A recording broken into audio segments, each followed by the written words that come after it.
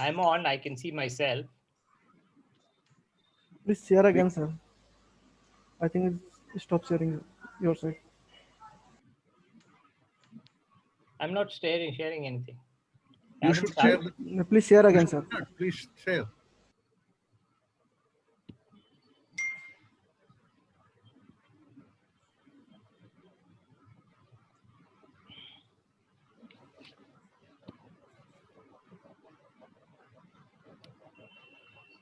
Is it okay? Yes, we can see you and the slide as well. Please go ahead. Good evening, everybody. And thank you, ASI, for giving me the opportunity to introduce my former teacher and guru, Professor K. Krishnamurthy, in whose name we have the Golden Independence Conference commemorative oration. Dr. K. Krishnamurthy was born in December of 1912 to be the son of a prominent ophthalmologist. And he had a very distinguished medical course of study at Mysore Medical College. At a very young age, he produced a paper on the volvulus of the stomach. And this was accepted into the Indian Journal of Surgery, for which they gave him a membership even before he became a postgraduate, had his postgraduate qualification in surgery. After the Second World War, he went to France, where he secured his MS in surgery, and then went across the channel to UK to get his fellowship from the Royal College of Edinburgh. He came back in 1950 to the Victoria Hospital and has worked in each of the government hospitals of Karnataka, at Victoria Hospital, Bangalore, Mysore Medical College, Mysore, and at Karnataka Institute of Medical Sciences at Hubli. In 1962, he came back to Bangalore and was the founder vice chairman of the Surgical Society of Bangalore. He also did many academic and organizational roles, being the organization secretary for ASICON 1970, the chairman for ASICON 1985, and the patron for ASICON 1997, all of which occurred at Bangalore. He was the first surgeon to be awarded the Lifetime Achievement Award of the Surgical Society of Bangalore. Unfortunately, we lost him on the 12th of August, 2002. After his death, the Surgical Society of Bangalore named the Medical Library and Information Center after his name. The Golden Independence Conference commemorative oration in ASICON was started in memory of the 50th ASICON that was held in Bangalore, where Dr. K. Krishnamurthy was a patron. And we automatically chose his name to be the name for the oration after that conference. It is my honor and privilege to present this introduction to Dr. K. Krishnamurthy, the background behind his oration. And I now hand over to Professor Ashok Godhi to introduce our orator for this evening, Dr. K. Lakshman. Am I audible? Am I audible? Yes, sir, you are. Yeah. Okay. It's my honor and pleasure to introduce my good friend, Dr. K. Lakshman. Dr. Krishnaswamy Lakshman was born in January 1954 and completed his medical studies at the Bangalore Medical College in 1976. He went to UK and got his fellowship of the Royal College of Surgeons of England and Edinburgh by 1982. After working a couple of more years there, he did a fellowship in nutrition in Boston, USA, and returned to Bangalore in 1986. Here, he has established himself to be a clinically very efficient GI and laparoscopic surgeon with very good skills. Dr. Krishna Lakshman has his forte in surgical academics and is at the very forefront of information technology as it has evolved into our daily lives and into the practice of our surgical art. He has spent all his spare time involved in very important co-curricular activities like setting up of the first medical digital library in Bangalore. He has set up the Clinical and Laparoscopic Skills Center at Bangalore Medical College, the first of its kind in Karnataka. He was the prime force and support in fully digitizing the registration at ASICON 1997. Besides this, he has been the convener and quiz master for the now very popular National Surgical Quiz. As the director of academics at Sagar Hospital, he has put into place the best surgical department of DNB stream with a 100% pass record and innumerable articles and publications. He has delivered many orations and invited lectures, written several key chapters in books related to surgical nutrition, patient safety, computers in medicine, ethics, clinical audit and research, and HIV with its implications for the surgeon. He has written a book, Evidence-Based Surgery and Research Methodology, aimed at the proper initiation of surgical postgraduates into the processes of their thesis writing. Currently, he is the chairman of the Bone Marrow Registry Committee and is setting up the much-needed donor registry for the country. Dr. Lakshman is a very down-to-earth, friendly, and popular colleague. Surgeons look forward to his words of principled wisdom at the surgical meetings and gatherings. Into his busy schedule, he fits in his passion for high-altitude trekking and has trekked Everest Base Camp in the Himalayas, besides conquering the Kilimanjaro peak in Africa. Carnatic music is his love too. In his early days of surgical career, Dr. K. Lakshman has interacted in many a positive way with the late Dr. K. Krishnamurthy. It is but apt that the Association of Surgeons of India has the privilege and honor to invite Dr. K. Lakshman to be the Professor K. Krishnamurthy Golden Independence Conference Commemorative Orator for 2020. Here, I present Dr. K. Lakshman to the audience. Thank you. Thank you very much. If I may share my screen, please. Am I audible? And can you see my screen, please? Thank you. Thank you. Good evening, ladies and gentlemen. It is indeed an honor and a privilege to be delivering the Professor K. Krishnamurthy Oration 2020. I am deeply thankful to the President and the EC of Association of Surgeons of India for giving me this opportunity. It is indeed an honor doubled because I had the good fortune of knowing Professor Krishnamurthy very closely from the time I came back to practice in this country in 1986. It was customary for both of us to go together with another senior surgeon called Dr. Gunashila very regularly every month to the meetings, clinical meetings of the Surgical Society of Bangalore.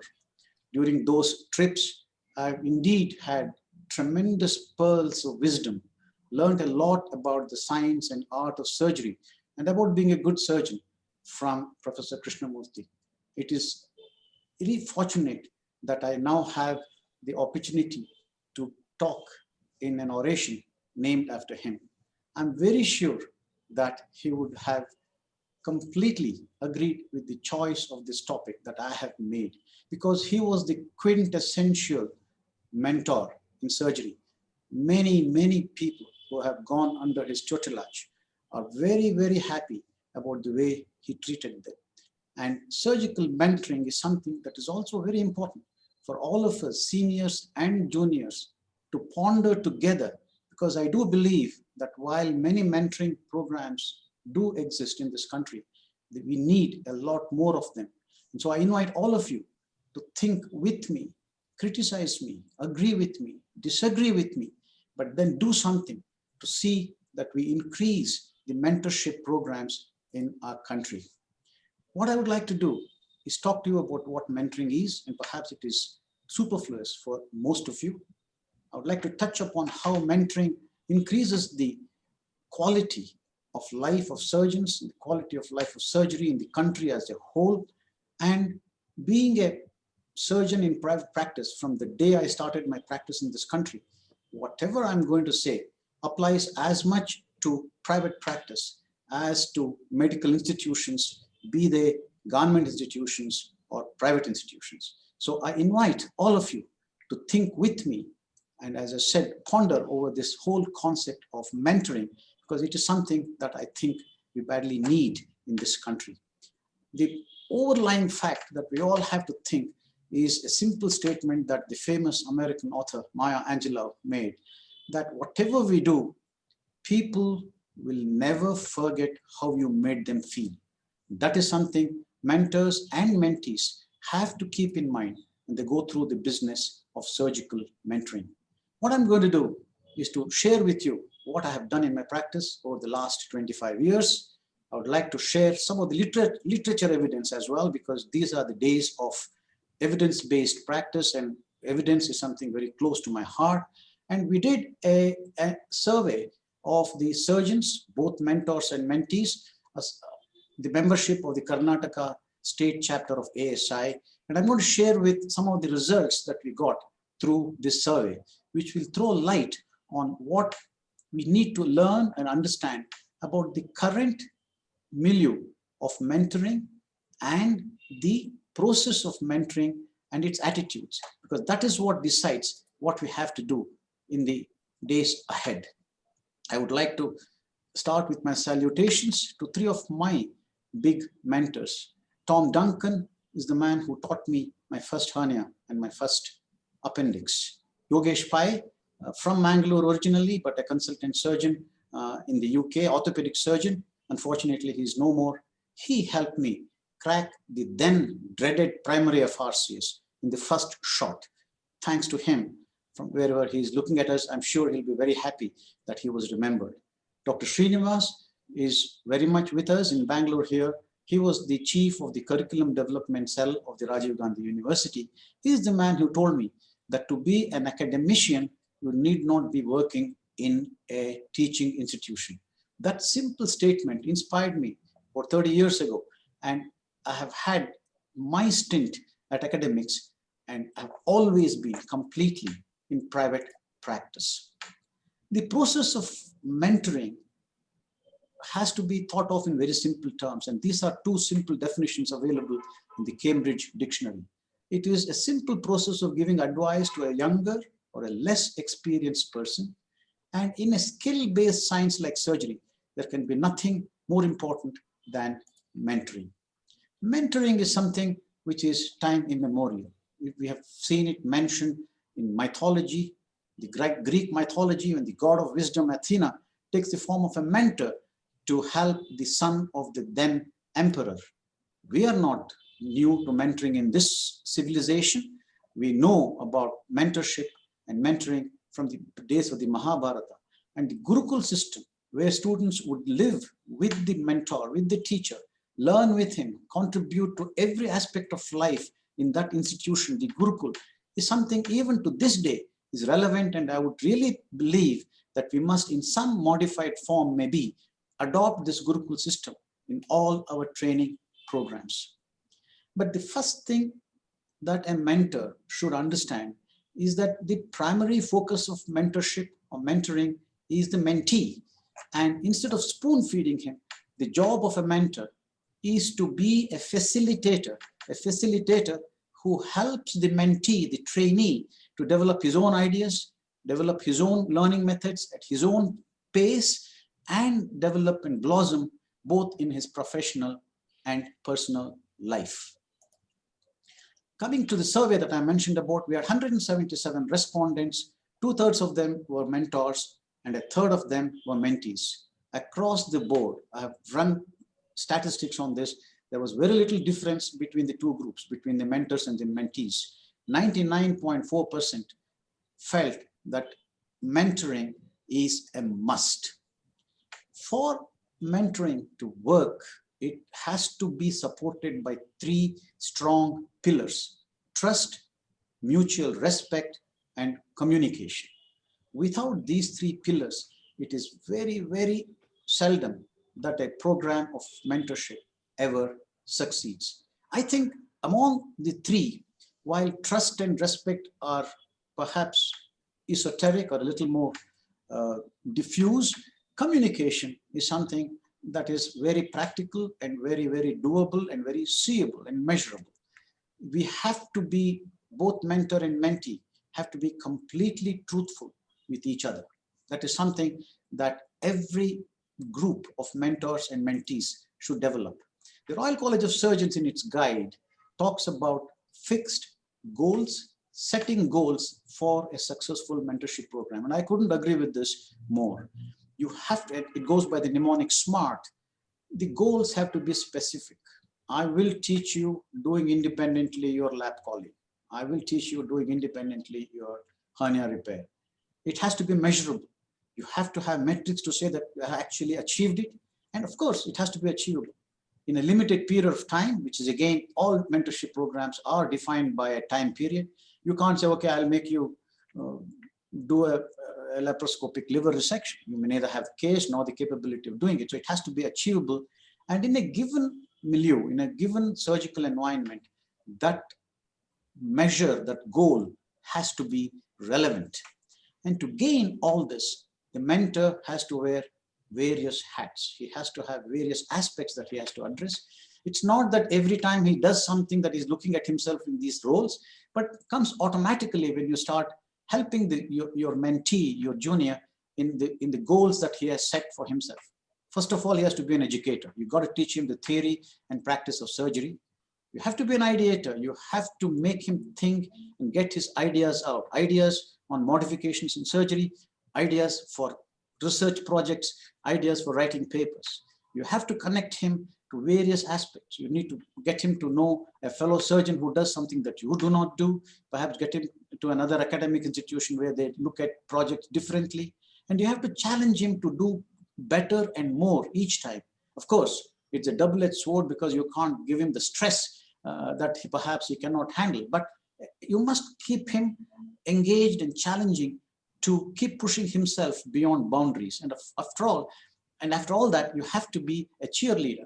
Unless you prep him up, you pop him up and give him encouragement like cheerleaders do. There will be reversals in his career, but you got to tell him that those reversals are a part of the game and that he should not be feeling depressed or low with those reversals. Yes, to do all this, you have to go well beyond the theory and practice of surgery.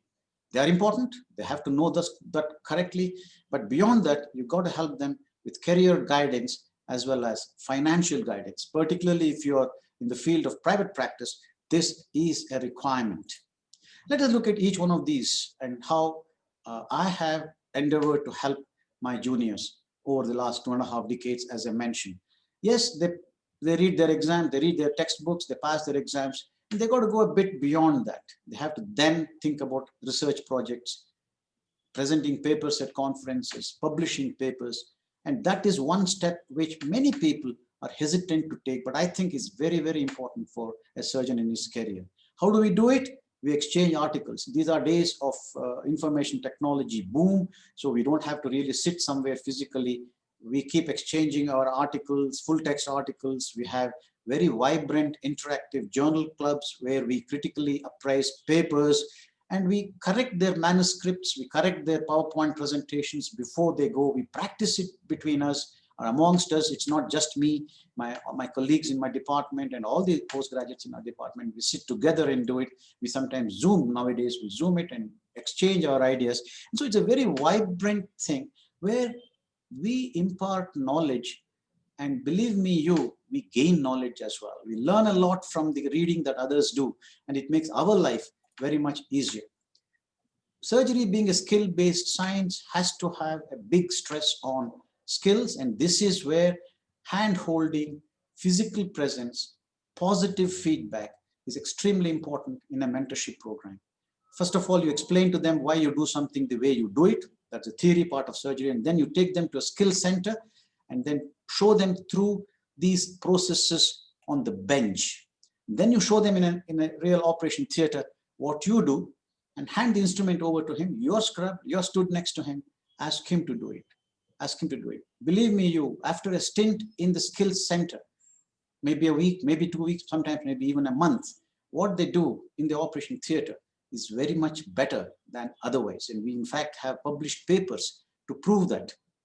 And a stage comes when the proficiency increases, perhaps in 6 months, perhaps in a year, perhaps a little longer, when you may not even have to be scrubbed next to him. You're stood next to him, but that never is not done. You're always there because particularly in private practice, it's your patient. So you're stood next to him, unscrub, but he knows that you're there and you're watching. And nowadays, in the days of laparoscopic surgery, this process has become very easy because all of us are seeing the same image. In open surgery, sometimes the perspectives may change from between the main operating surgeon and the assistant. And sometimes some finer aspects may have been difficult to train. But in laparoscopic surgery particularly, this aspect of standing next to the patient, next to the surgeon, the young surgeon, and mentoring him has become a very easy process. As all of you know, you don't even have to be standing next to him. Today with telesurgery, you can be in some other city, sitting there watching the same image, in communication with him, and you can see him safely through operations that he may be learning to do. Now, coming back to a survey, 88% clearly said that they would like to have the chief or the mentor standing next to them. A little disappointing to me was the fact that 21% of people said that they want to operate independently, which I think is a little ambitious for a youngster, because I personally believe that if you are allowed to operate on your own, you will learn by trial and error, and neither the patients nor the department can afford that error. So I would really believe that all mentoring should happen with this chief surgeon standing next to the trainee. And the concept of graded responsibility has been around from the Halstedian days. From the days of residency that Halsted started, we all know that the amount of work that you give your resident to do on the operating table, even otherwise, even in the wards and the post-op care responsibilities, is a graded thing.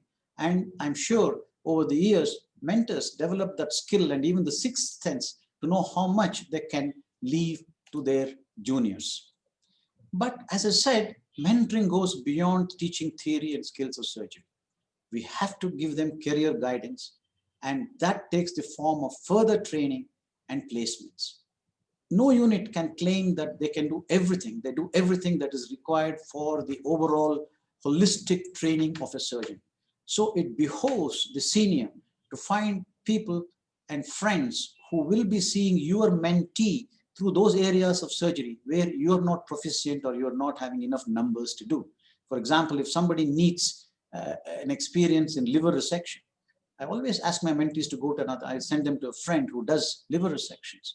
And similarly, I don't do any robotic surgery. And if my mentee would like to learn robotic surgery, certainly I would be the first person to pick up my phone, call a friend who does robotic surgery and ask him to see him through, or at least show him the initial ropes of robotic surgery. Placements are very important. This is something that most mentors perhaps may not be thinking about very seriously, but it is important that we take the responsibility.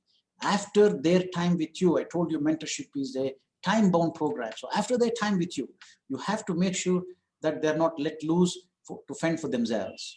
I always work 6 months before I expect my mentee to leave me. I keep making phone calls, talking to him, finding out what he wants, and try and place him elsewhere. In our survey, again, 90% agreed that they would like career guidance. That goes with the standard run of things.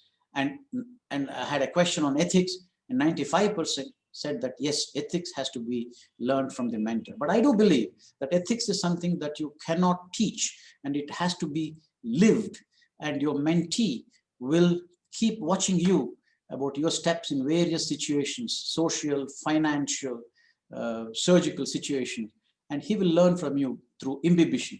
And that puts a big weight or the responsibility on the mentor to make sure that he shows the correct ethical path to his mentee.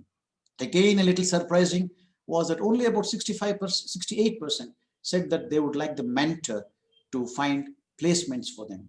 I would think that 100% of mentees, it is not wrong for them to expect the mentor to help them with future placements, because that is very much a part of career guidance.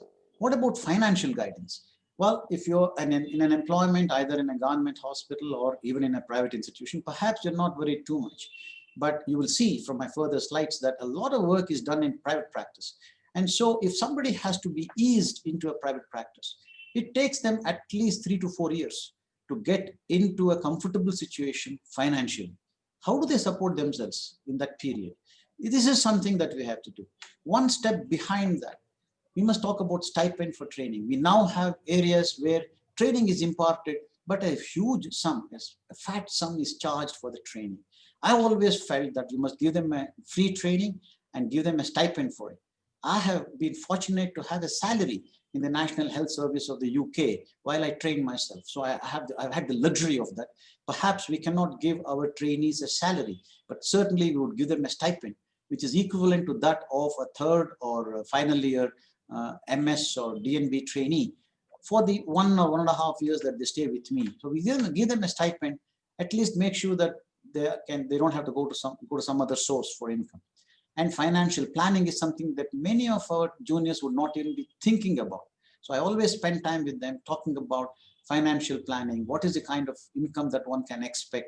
How should they protect themselves? You know, health insurance, indemnity insurance, and the like, and savings, and how they should go about it. All of it in a very informal manner. It's not that we have classes about this, but between cases when we sit down, we keep talking about it, and we help the people plan their finances. And of course, when they leave you and go away, if they do not have an employment, it gives them some degree of stability. I always tell them that they can always depend on us for the stipend amount of support that they require. It gives them, I have never had to spend money on them because they're all very good, they're very capable, and they earn. But that thought that they are not left high and dry is something which is very, very comforting to them. The next section, I would like to deal with how mentoring helps all the stakeholders. The stakeholders I can think of are society, our patients, the institutions, the mentor, and the mentee. Please note, I've included mentor, and I believe that mentoring helps the mentor a lot, as much as it helps the mentee. For the society, for our patients, the process of mentoring, make sure that you let loose on society a person who is a safe, competent, empathetic, and ethical surgeon. I think that's an extremely important aspect of mentoring. And unless the mentor finds that the mentee is capable of meeting these demands, he should not let him loose on society. The department really benefits tremendously. The fact that you are giving good mentoring attracts very good people to come to you as mentees. So you get highly motivated, efficient, intelligent residents, and it's not easy to find this breed in this day and age. Of course, if you have vacancies in your own department or institution, you will have these known entities. You have trained them yourself, and we have had 2 or 3 very good consultants whom we have taken on in our own departments. And above all, they continue your legacy. After all, what do we work for? We're not in it, as many people have stressed before me, that it's not just the money or the pure pleasure of surgery, but you want to leave behind a legacy. It seems to be a basic human tendency. And of course, a good mentorship will make sure that your legacy is carried out. And what about the mentor himself? Nothing can describe the satisfaction that one gets as a mentor when the mentee performs well as a good surgeon in society. And at a more mundane level, at a more practical level, they do all the writing for you over a period of time. For several years now, they do all the writing, and at the most, I'll affix my signature. It's ages since I wrote my own case sheet or my own operation notes. But yes, it is a big help when somebody else writes and writes correctly. Of course, you correct them and you affix your signature to take the responsibility. You get emergency cover for how many years after you start your work, and you keep on taking calls in the middle of the night. At least the first call, the first screening, the first filtering will occur through a good young surgeon. And of course, if you're needed, you would get up and go and do the needful in the middle of the night. But that first screening and the number of phone calls that my mentees take and give me relief from is enormous. So, and not the least, but the last one is that I learn every day. When a mentee asks me questions, I question myself. And when he asks me things that I perhaps have done automatically, and then I have to go back, find a reference, and tell him that what I'm doing is correct. And if it's not, if I can't provide him a reference for that, I change my methods. So I learn every day.